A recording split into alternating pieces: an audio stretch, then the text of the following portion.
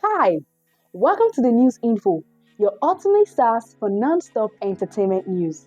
Now the gist. The latest conflict between Wizkid and Davido was allegedly triggered by comments and revelations related to a recent endorsement deal.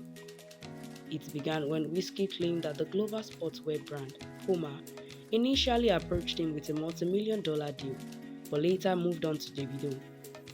According to Wizkid, he turned down the offer because the brand couldn't meet his financial expectations, which led to Davido eventually signing the deal.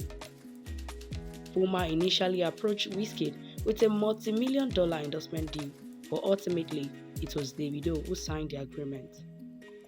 Over the years, both artists have significantly impacted the music industry and culture, but their friendship has experienced its fair share of highs and lows. The latest incident between them has raised questions about whether they will ever mend their relationship. The conflict started when Wizkid revealed that Puma had initially contacted him for the deal before they shifted their attention to Davido. According to Wizkid, he declined the offer because the brand couldn't meet his financial expectations. He emphasized that while he had no issues with Davido securing the deal, he believed the proposed budget didn't align with his perceived value and status. During a recent social media exchange, tech guru Nelson Ekpega commented on the situation, sparking an intense verbal battle between Wizkid and himself. Nelson alleged that Puma opted for Davido because of his higher relevance and visibility in the current music scene. He argued that Wizkid's presence had diminished, stating, "Wizkid, you haven't had a hit in the last 4 years. You are a junior to artists like Aerostar, Thames and Rema. Meanwhile, Davido is out there in the United States unveiling his Puma collection." Wizkid wasted no time in responding to Nelson's claims. He addressed the speculation, explaining that he turned down Puma's offer because they were no longer willing to pay him the amount he demanded. "I am not jealous of Davido or any other artist. I love them all and respect their success.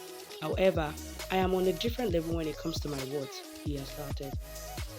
Nelson fired back, arguing that Puma, a brand worth $6.1 billion, could certainly afford to pay Wizkid what he wanted if they felt it was the right fit.